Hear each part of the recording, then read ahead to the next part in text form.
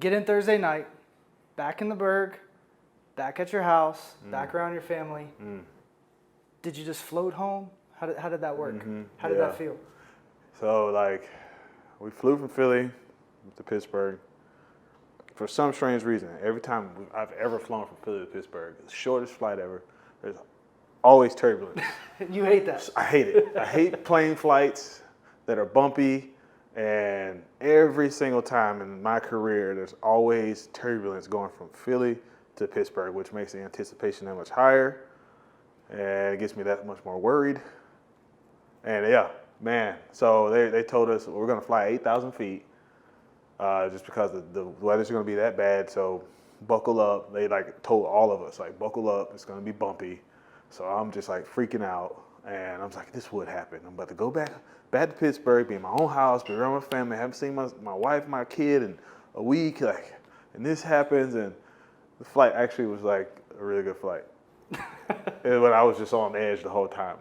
But oh man, so we got over, man, and after that, yeah, I pretty much floated. After that, we landed, and I mean, it was like head back. I just enjoyed every moment of it. Like going home, being home, have been home in like 4 months in my house, see my family, see my son. Maria kept still up for me. He was like 30 minutes past his bedtime, but she kept him up, and so he was happy to see me. I was excited. I like didn't go to sleep that night, you know, and yeah, the whole process was like surreal. Like, didn't get any sleep, but it was like worth it. It was awesome. Absolutely. And then obviously you probably got some great sleep last night after not sleeping. Last night in an interview at the end, you talked about, I don't know what this was like. I have to like put my head on the pillow, try to figure out what this all meant. I'm gonna give you a chance just to talk about what last night meant to you. What were the feelings? What were the thoughts? What were your anticipations? Just reflect a little bit on how cool it was. It's the coolest one I've ever seen. Yeah. And I almost got emotional. I got goosebumps. I can't imagine what it was like for you. Yeah. It was like probably I didn't think anything would ever beat the blackout game, the wild It's card one of game the coolest, in 2013. I was like, nothing will ever beat that. And then I had that day, that moment last night, and I was like, I don't think selfishly, it's like one of my moments, like personally, and I was like, I don't think, yeah, that was probably the coolest moment I've ever experienced on this ballpark. To like get here and to the anticipation of it, like I was on edge the whole time. We've all, you've been married, you know how like the hardest thing is anticipating like how you gonna feel like when you go out there, when you see your wife for the first time, she's walking down that aisle, like what am I gonna feel like? It was like that. I was just thinking about that the whole time. Like how's it gonna? I don't know how I'm gonna feel. I don't know how it's gonna be. Like, and then I go out there, and it's like then you're like living in it. You're living in the moment. It's like, man, this is like the coolest moment ever. Like running out on the field, everyone's standing up and clapping before the game even starts. And I was like, people asked me, "Hey, you gonna cry?" I was like, I don't know. I was just trying to like enjoy it. I'm just trying to like let it soak all in right now, man. I'm just trying to like just be in the moment right now. So like every second that went by, I was just trying to be in the moment and enjoy it and breathe it in. And then like when I came up to bat and it like got even louder, the ovation, everything was like intensified by like 100. And I was like, man, this is crazy. And like I was like, man, let me just try and like enjoy it, try and be in the moment. And I was like, so that's what I did. I just like sat back and just tried to look all around, see everybody standing up and clapping. And I almost lost it. I know, I saw. I almost lost it. I almost lost it because I saw my wife, Maria, up here in the suite. What'd you do that for? I don't know. I was just like looking up and I saw her standing right there, and I was like, I saw her like she's crying, and like I was like, oh, and I was like right then and there. So I don't know if y'all noticed, but if you watch the video, you'll see me, looking around. I take my helmet's off, and I have it in my palm, and I have the helmet in my palm, and I'm looking around. And I look right behind the backstop, and I look up, And that's when I see my wife. And watch how fast I put my helmet on after that. Because I almost lost it. Right then and there, I was just like, I looked at it, I was like, oh, then I just threw the helmet on. I was like, okay, yep, let's turn around and let's get this at bat started. That's when you're telling Cervelli, let's go. I was like, that's why I looked at him like, oh, okay, I'm ready. And he was just like, nope. I was just like, oh, you're about to make me lose it. And so like I sat there, and that's why I just kept just trying to just keep that back going. But at the same time, I was like, all right, man, just be in the moment and enjoy it. This is a once in a lifetime type deal right now for you. So I was doing that, but I was just steady trying to stay in that mode of I still got to hit. so like that's why I kept doing what I did, man. But yeah, that whole thing was crazy. Yeah, that was special. Right now, I want to give you a chance to say whatever you want to the fans, a thank you to your ex-teammates, to the guys that you saw last night, the organization, whatever you want to say, just kind of be able to put it to bed and move forward. Yeah, man, from before I even got here, front office, Bob Nutting, Frank Coonley, they reached out.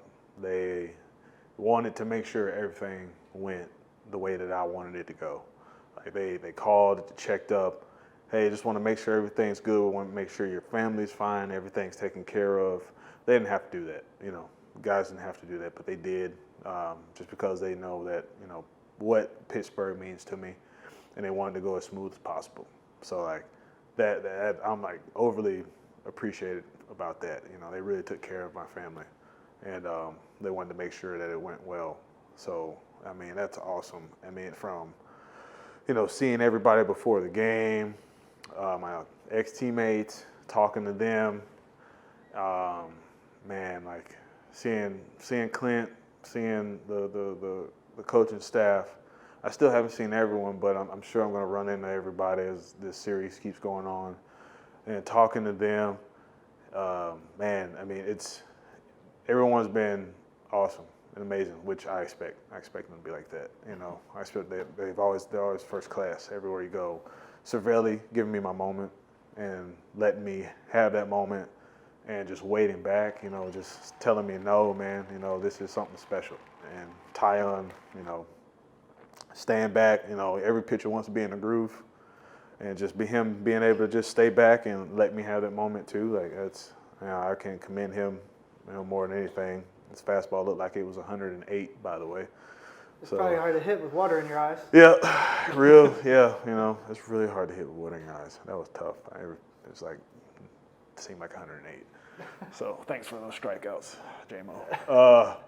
But yeah, him doing that, man, I appreciate it. I really appreciate it to the fans, man. The fans, bar none, like, you guys are amazing. You guys gave me an ovation the last game of the season when I was in a Pirates uniform here at home, and to where I wasn't even thinking about it, like, all right, I'm just going to hit, and they stood up and clapped, and to where I had to stand back and like, dang, you guys got my back, had my back then, and they had my back, today, yesterday, and I can't say thank you enough for that, because that was an awesome moment for everybody to show up and show their support. Man, that's something I'm gonna remember forever. That's something I'll be able to tell my son one day that was here. He was here too, to experience that. He'll be able to see that for the rest of his life, and then he'll be able to realize, like, all right, your dad wasn't just a little Joe Schmo. Your dad actually was all right. He'll get his own standing O one day. Right? Right? He will. He will, Yeah. no doubt. Yeah. So that was awesome. The fans, man, thank you. Thank you. Fans, appreciate you guys, man. That was amazing. Everyone's just showing support for this whole thing, man. I just was like blown away. It just blew my expectations, blew it out of the water. That was awesome. I really appreciated all of that, man.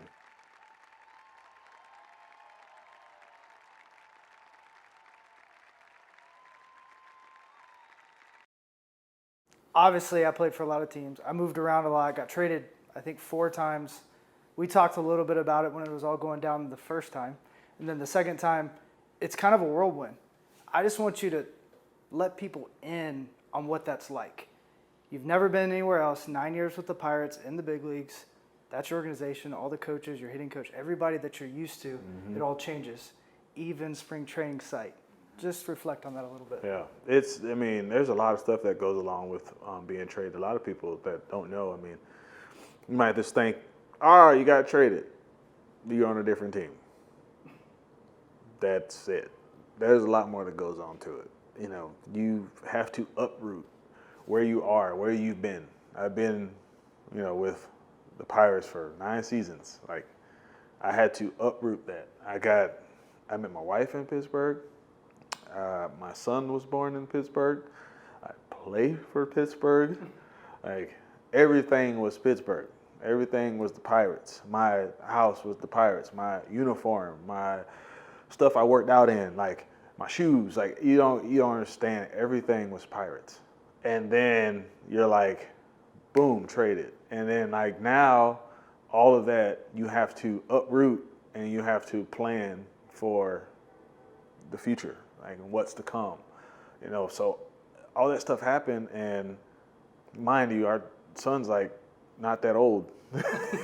He's just a little newborn, like he's sleeping. We just put him down for to go to sleep, and that's a challenge in itself. And so like then that comes out, we get traded, and we're thinking about, where do we stay? Where do we live? Do we have time? Will we have a place? What do we do with our son? Like, where are we going? We still have to go see family in Florida.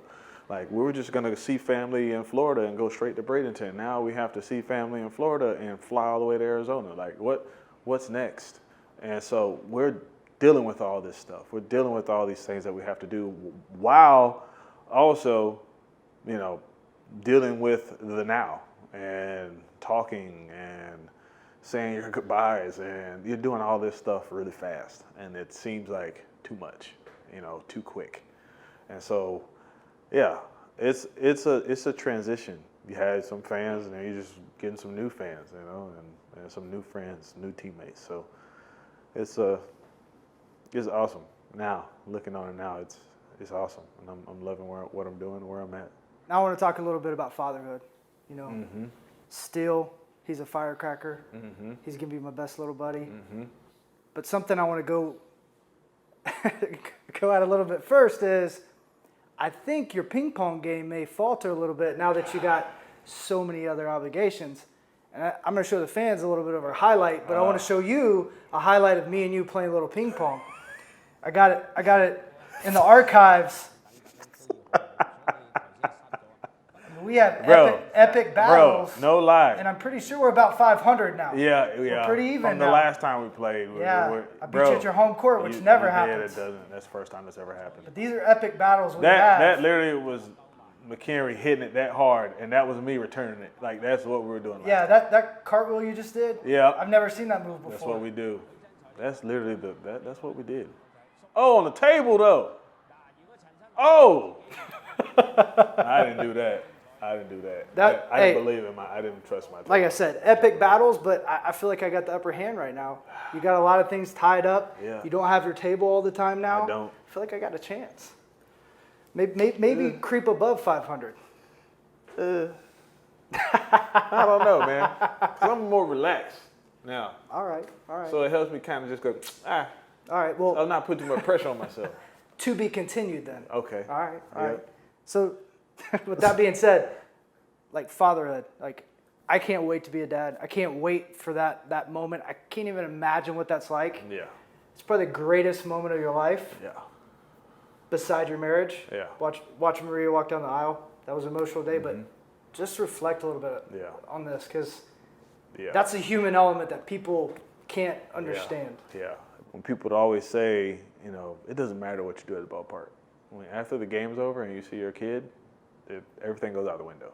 You don't think about it. You don't think about it. Or you put life into perspective, because you really realize how selfish you are once you have a kid. Like, once you have a kid, you're like, dang, I was like really selfish with a lot of stuff. It's a really cool perspective. I was really selfish with my routine, with my performance, with my sleep. With my wife, like I was really selfish at a lot of times. And then you look back like, man, that was pretty bad. But like, man, you're being a little hard on yourself. You're a great dude. You are. But you do realize how so many things aren't as important. You know, like, man, it is the coolest thing, like, to go home, and if he's up and you come home and those eyes light up when you see him, oh, the best feeling in the world. The best. It's like, you like, come, man, he just went over for 4, struck out a couple times, we lost. You know, you come home, close the door, you open it, and you go in, and then that kid just looks you in the face and just smiles and lights up, and you're just like, all right, life made. My life's made. You know, it's complete. He is his dad's son, no doubt. Yeah, for sure. Doubt. Too cool. He loves baseball, That's too. That's amazing. He loves baseball already. I already know it. Is he going to be left-handed? I don't know yet. Hit lefty, maybe switch? He might switch. Ooh. Watch out. Speed, switch hitter, out of the box, left-handed. Could you imagine if you hit left-handed? Oh, my goodness. What would your average go up? 30 points over your career? At least. Way more triples, too. And I appreciate your time. Yeah, man. I love you to death. Love you, I wish you the best. Appreciate it, man. Hope you go bushes a bunch. Maybe not here, but a bunch this year. I'm going to just not say nothing. Trying to be like my dad. Foresee the future. Yeah, I ain't going to say. Yeah. Finish strong, baby. Finish strong. Awesome. Appreciate you, brother. Yeah, man. My dad, you know, he thinks he's like I can't wait to hear where this goes. A modern day, like, I don't know. He's just like he feels like he can foresee the future. He's a wizard. He's a little wizard. Yeah. Yeah. So, but he has his moments. He has, like, it's from a kid growing up. He'd always just say, "This is gonna happen. Watch out. Watch what I tell you." And then it happens. You got to believe to achieve. Yeah. You know. So, you know, I believe him to a certain extent, but I believe him because a lot of stuff he talks about, it ends up coming to fruition. So I'm like, all right. So I never forget, like, before I got drafted, he was like, before the draft even started, "You going to the Pirates?" And I was like, he's like, "I'm telling you, going to the Pirates.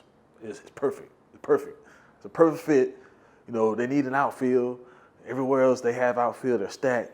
You're going to the Pirates. They're black and yellow. Your high school's black and yellow.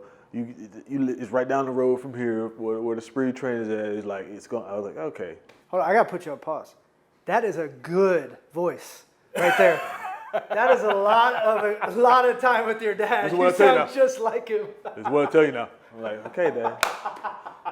All right. Like, okay, man. If you don't know, Cutch is good at everything. So if he wants to be a mimic, whatever he wants to do, he can figure out a way. So it doesn't surprise me that you got that knocked out, but that's pretty funny. That's pretty funny. That's great. But like so he told me, man, and I was like, all right. And I wanted to go there. I was like, this is a great place, you know. And then it ended up happening. And so, like, from there on out, I mean, I just felt like grounded, like, into this franchise from there. You know, I was learning about the franchise, about the history, and I was intrigued to want to know about it, you know, and, you know, that only comes with just because you want to be there, you know, and so going up through the minor league organization and then finally making it to the major leagues, we weren't great, you know, at the time, and but I was excited to be here, and I never forget, I would walk around kind of downtown because I just lived downtown, so I would always walk around downtown, and the fans were just like, "We're pulling for you guys. We're pulling for you guys." We were like last in the league, like, you know, and like we weren't good, like, but the fans were still excited the whole time.